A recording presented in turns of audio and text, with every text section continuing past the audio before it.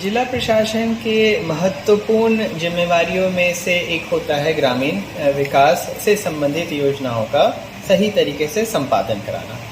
आप सभी जानते हैं कि हमारी अधिकांश आबादी ग्रामीण क्षेत्रों में ही निवास करती है और उसी आलोक में भारत सरकार, राज्य सरकार के अधिकांश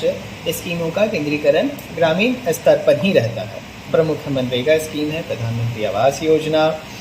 15वें वित्त आयोग से संपादित की जाने वाली योजना है, अर्बन की योजना है, सांसद आदर्श ग्राम योजना है। ये सभी का संपादन हमारे प्रखंडों में प्रखंड विकास पदाधिकारी, प्रखंड कार्यक्रम पदाधिकारी और उनके चैनल्स के माध्यम से कराया जाता है। इसके अतिरिक्त अन्य विभाग जैसे कल्याण विभाग के द्वारा भी वृक्षावास योजनाएं, स्कॉलरशिप से संबंधित योजनाएं, सरना मसना कब्रिस्तान की घेराबंदी से संबंधित योजनाएं या फिर डिफरेंट सिविल कंस्ट्रक्शन वर्क से संबंधित योजनाओं का एक साथ संपादन वहाँ पर होता है। तालाबों की खुदाई होती है। तो हर एक स्कीम्स के वार्षिक लक्ष्य होते हैं। हमारे यह दायित्व होता है कि उन्हीं वार्षिक लक्ष्यों को मासिक लक्ष्यों में तब्दील किया जाए और उस मासिक लक्ष्य की हर एक महीने समीक्षा कर ली जाए कि प्रत्येक प्रखंड ने उन मासिक लक्ष्यों का कितना प्रतिपूर्ति किया है और जहाँ पर कमी रह जाती है उसको अगले महीने एड्रेस करते रहें।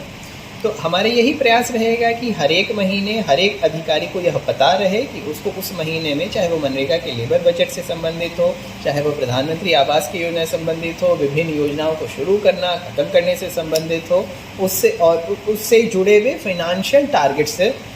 के संदर्भ में उनको जानकारी हो। ये हार्ड फैक्ट टारगेट के रूप में अगर ऑफिसर्स को मौजूद रहा जिसको कि मेजर किया जा सकता है, तभी जाकर नेक्स्ट महीने में इसके अगेंस्ट उनकी अकाउंटेबिलिटी सेट करते हैं हम कि हाँ आपको दिया गया था यह टास्क, आपने इसमें से कितना पूरा किया है। और इसके आधार पर हम लोग अपने प्रखंडों की प्रगति की समीक्षा करते हैं और मेरा मानना है कि यह निरंतर समीक्षाएं होती रहेंगी। तो हमारी नीचे की जो पूरी टीम है वो प्रोत्साहन भी रहेगा, दबाव भी रहेगा और बढ़िया तरीके से इसकी डिलीवरी सुनिश्चित कराएंगे। फिर चूँकि ये सारी की सारी योजनाओं से व्यक्तिगत लोग लाभान्वित होते हैं, सभी इंडिविजुअल बेनिफिट्स की स्कीम होती हैं, पब्लिक बेनिफिट्स की स्कीम होती हैं, तो एक एक इंडिविजुअल को स्कीम्स के संपादन के समय ग्रीवियंसेस आ सकते हैं, उसको पेमेंट समय से नहीं मिल सकता है, उसको मटेरियल की उपलब्धता सही टाइम पे सुनिश्चित नहीं हो सकती है। तो इसके ग्रीवियंस के रिड्रेसल के लिए भी हर जगह पर मैकेनिज्म को बनाने की ज़रूरत है। उसने प्रधानमंत्री आवास के तहत लिंटल तक काम कर लिया, प्लिंथ तक काम कर लिया, उसको भुगतान नहीं हो पा रहा, तो आगे का काम वो ये लाभों को कहीं दौड़ धूप नहीं करना पड़े, इसकी व्यवस्था भी हम लोग करा रहे हैं। अब इसमें बैंक्स का सहयोग रहे, कई लोगों का पेंशन है, पेंशन अचानक से रुक जाता है, 2-4 बैंक्स मर्ज हो गए हैं, तो मर्ज होने की वजह से IFSC कोड चेंज हो जाते हैं, IFSC कोड चेंज हो जाते हैं तो व्यक्ति के खाते में राशि जानी बंद हो जाती है, तो उसका एक ग्रीवियंस आ गया। तो उस ग्रीवियंस की एक लिस्ट बने, हर एक प्रखंड उस तरह के लोगों की सूची हमें समर्पित करें। हम लोग इंडिविजुअली महीने में बैंक्स के साथ बैठकर उनको, बैंक के जो कोऑर्डिनेटर होते हैं उनको समर्पित करेंगे, फर्दर वो अपने डाउन द लाइन अपने ब्रांचेस में उसको उपलब्ध कराएंगे और तब जाकर फिर इसी कोऑर्डिनेशन के माध्यम से ग्रीवियंस का रिड्रेसल होगा।